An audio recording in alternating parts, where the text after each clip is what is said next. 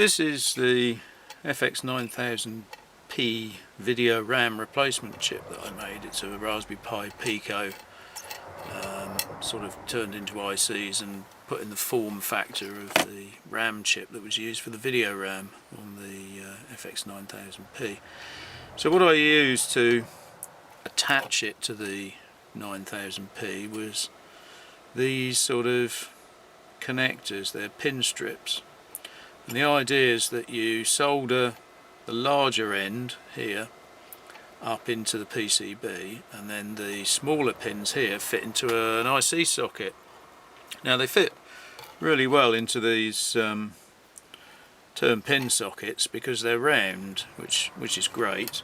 What they're not so good at are these sort of flat, not sure what you call these sockets, but the sort of leaf spring sockets, because as you push them in, the diameter of these pins, even though they're very small diameter pins, are too big for these leaves, and they sort of push them in, and I think you get bad contacts.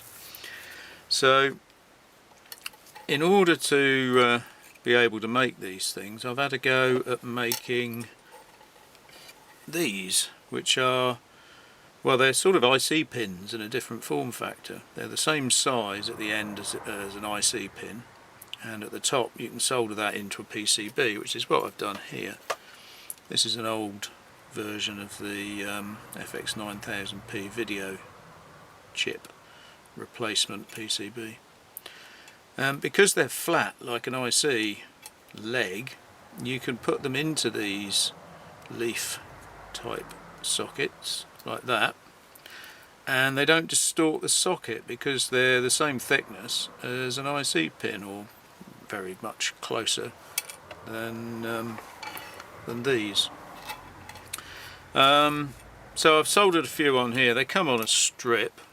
Oop, where are they? They come on a strip, and you can take these sprues off. So you take one side off, poke it through the hole, solder it, and then take the other side off, and you end up with a PCB with IC legs on it.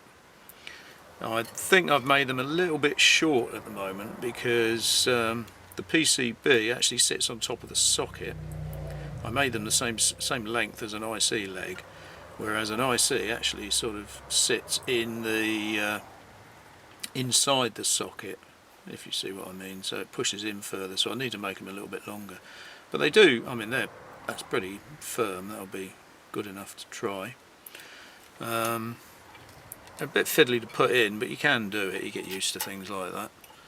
And yeah, they seem to work quite well. I'm going to try that with some of my RAM replacement ICs that I had made recently.